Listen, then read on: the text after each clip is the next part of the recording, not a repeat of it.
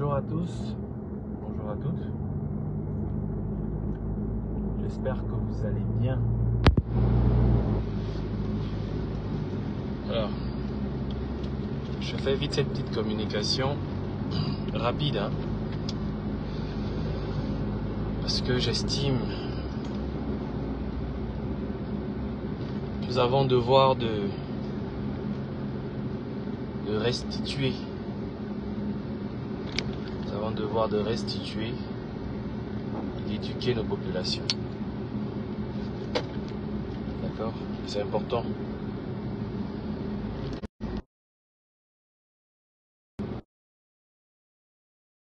Qui est des choses pour la population, c'est la raison pour laquelle je m'exprime sur la question. Et je serai très court, très court.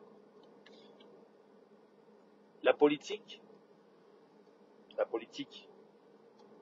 ce n'est pas l'ami de quelqu'un. La politique n'est pas l'ami de quelqu'un.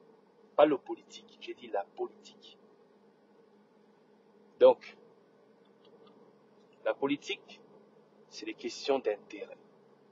Ce sont les intérêts qui priment en politique. Rien d'autre.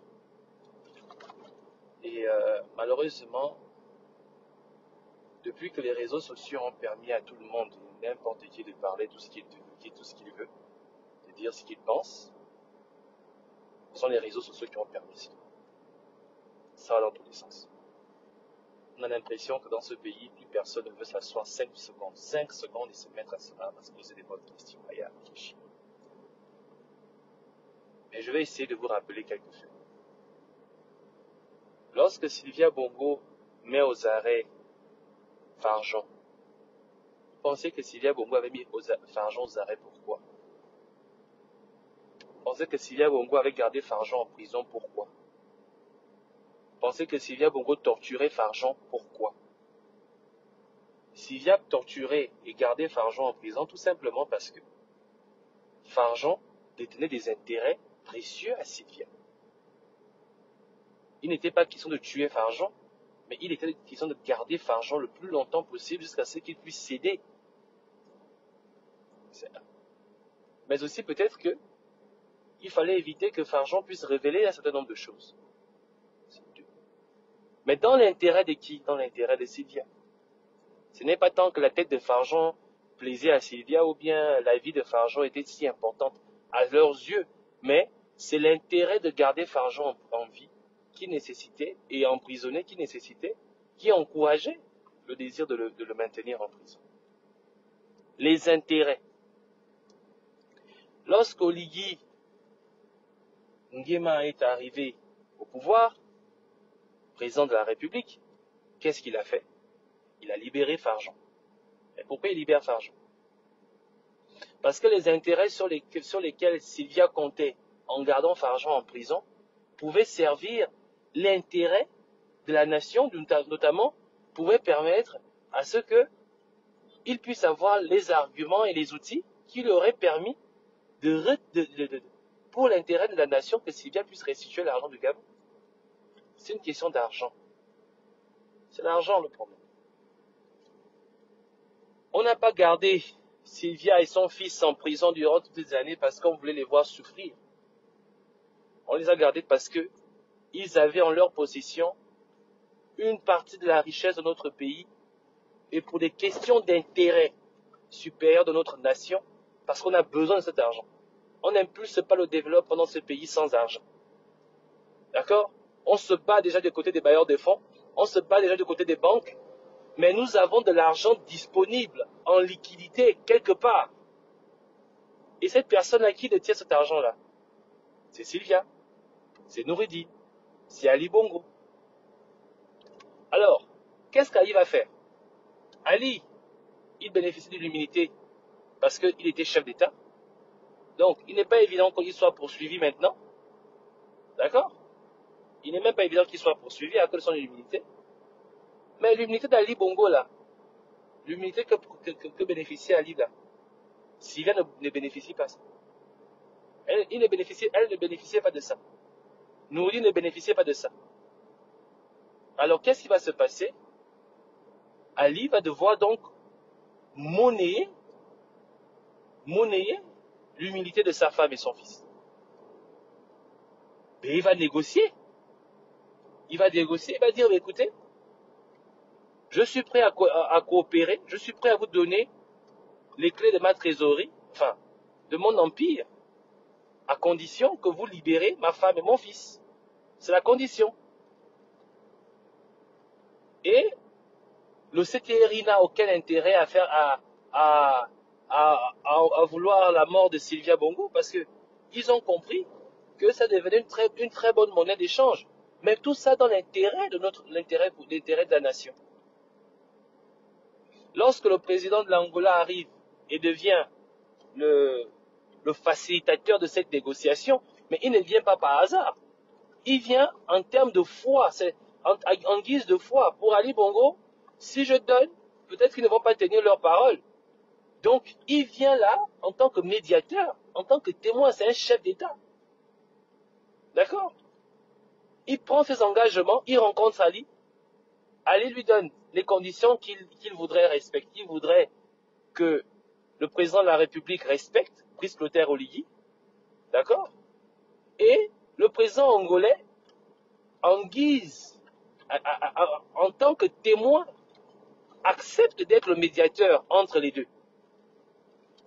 D'accord? C'est ce qui se passe. Ali dit par exemple que j'aimerais que les clauses de notre libération, par exemple, restent confidentielles. C'est une condition qu'il a mise au cours de cette négociation, que les clauses restent confidentielles, par exemple, ou sur une période bien définie, par exemple, peu importe. 1. Je voudrais que ma femme et mon fils soient libérés et puissent partir du Gabon avec moi. Il a les arguments pour négocier ça.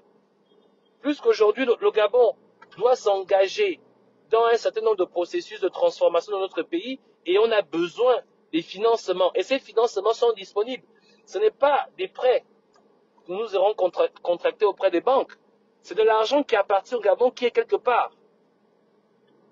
C'est des biens achetés avec l'argent du Gabon qui sont partout à travers le monde. Ok, je suis prêt à céder ceci, je suis prêt à céder cela, je suis prêt à donner ça. En contrepartie, je voudrais que ma femme et moi soyons libérés. Je voudrais que mon fils et moi soyons libérés. Je voudrais que je voudrais partir avec vous. Parce qu'il faut regarder l'avion. Il faut bien regarder l'avion par lequel Ali Bongo est parti en Angola. Ce n'était pas l'avion du Gabon. C'était un jet privé angolais. Je pense que c'est l'avion même du chef de l'État, du président de la République angolais. Je voudrais partir en toute sécurité. Je ne voudrais pas que les gens, voilà, je ne veux pas, oui, attends, même les plus grands dealers de drogue, les plus grands criminels au monde, font quoi? Mais ils font des compromis avec les États. Les plus grands criminels au monde font des compromis avec des États. Vous qui regardez sur le cinéma américain, même peu importe, vous allez voir un terroriste qui va négocier une clause de confidentialité par rapport, ou encore on va négocier sa peine, ou va négocier une clause d'immunité. Pourtant, c'est un criminel. Mais tant que la clause d'immunité ou la négociation en question peut sauver plus de vies, ou encore peut garantir les intérêts supérieurs d'une nation, on va accepter. Alors, nous avons une maison de 30 millions d'euros, 30 millions de livres sterling à Londres. Vous savez ce que 30 millions de livres sterling représentent pour notre pays? Il faut bien qu'on le récupère. Il faut bien qu'on récupère ces propriétés. Et nous en avons comme ça quasiment partout dans le monde. Au Maroc, nous en avons dans les Émirats. À Crombessi, Ali Bongo a acheté des maisons dans les Émirats. Nous en avons en Turquie.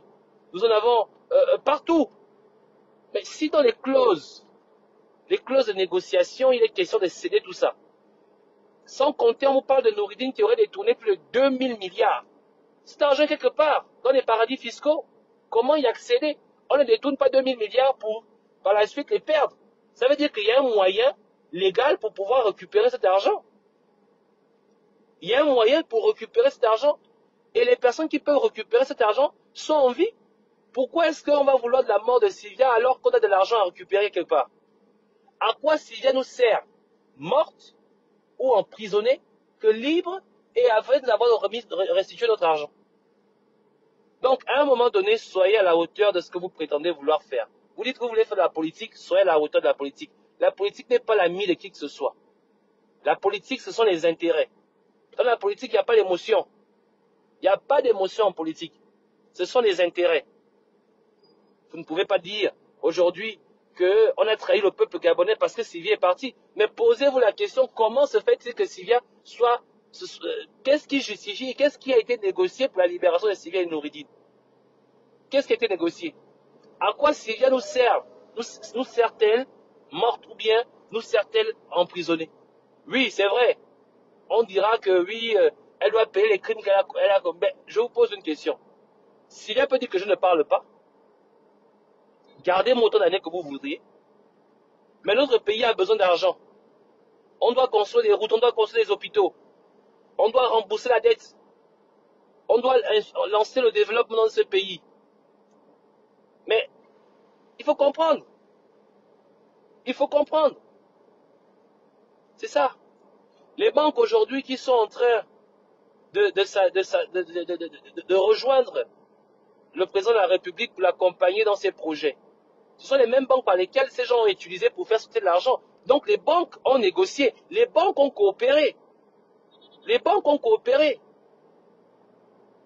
Donc c'est de la politique.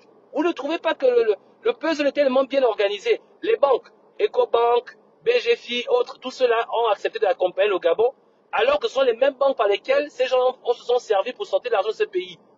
Vous ne trouvez pas ça assez étrange?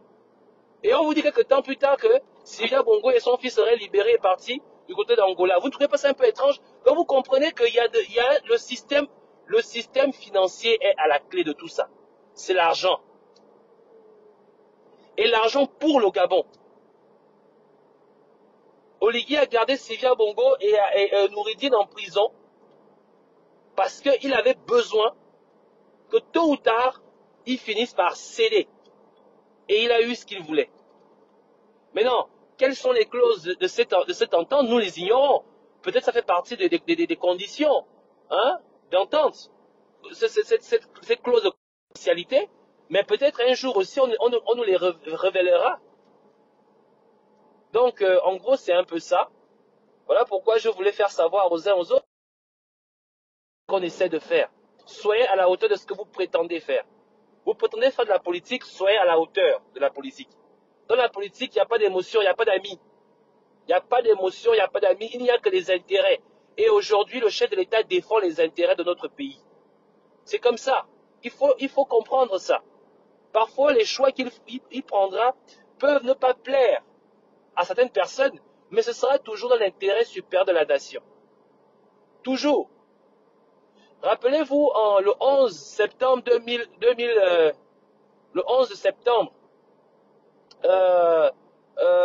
les attentats du 11 septembre 2001, si je me rappelle, oui, 11 septembre 2001. Le gouvernement américain a dû signer le Patriot Act. Pourquoi? Et dans quel but? Et c'était quoi le Patriot Act? Le Patriot Act faisait en sorte que pour des questions de sécurité, les libertés des Américains devaient subir un certain nombre d'intrusions. Mais les Américains se sont levés, certains Américains se sont levés disant que non, leurs droits et leurs libertés ont été saisis. Mais c'était dans quel intérêt? Dans l'intérêt supérieur de la nation, pour des questions de sécurité. Donc pour des questions de sécurité, on est obligé de pouvoir faire des choix que l'on ne peut pas expliquer, ou du moins qu'il ne peut pas forcément arranger certaines personnes. Mais c'est utile. C'est ça un chef d'État. Un chef d'État prendra des décisions qui peuvent déplaire à certaines personnes, mais qui iront toujours dans l'intérêt supérieur de la nation. C'est les choses qu'il faut que vous compreniez. C'est ça la politique. C'est ça la politique. Le président de la République fera des choix que certaines personnes ne vont pas apprécier, mais qui seront forcément dans l'intérêt supérieur de la nation.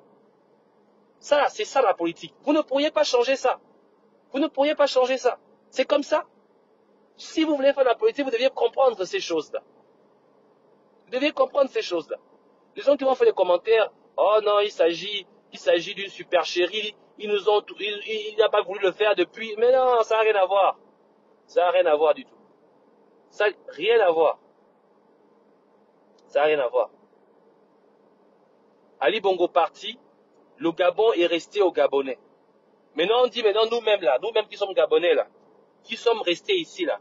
Maintenant que les Bongos sont partis, on ne dira plus que, oh, le Gabon ne s'est développé pas à cause bon, Ali est parti avec sa femme et son fils. Maintenant, on est maintenant restés nous-mêmes, nous-mêmes. Maintenant, nous-mêmes démontrons que nous sommes capables. Nous-mêmes démontrons que, maintenant que des Bongos sont partis, nous sommes capables de relever le défi de construire notre pays. C'est là le vrai challenge. Notre challenge, c'est plus Ali Bongo et son fils Sous Nouridine. Notre challenge, c'est maintenant ici. Démontrons que nous sommes capables, maintenant nous-mêmes là, de relever le défi de construire notre pays. Commençons déjà à respecter les libertés.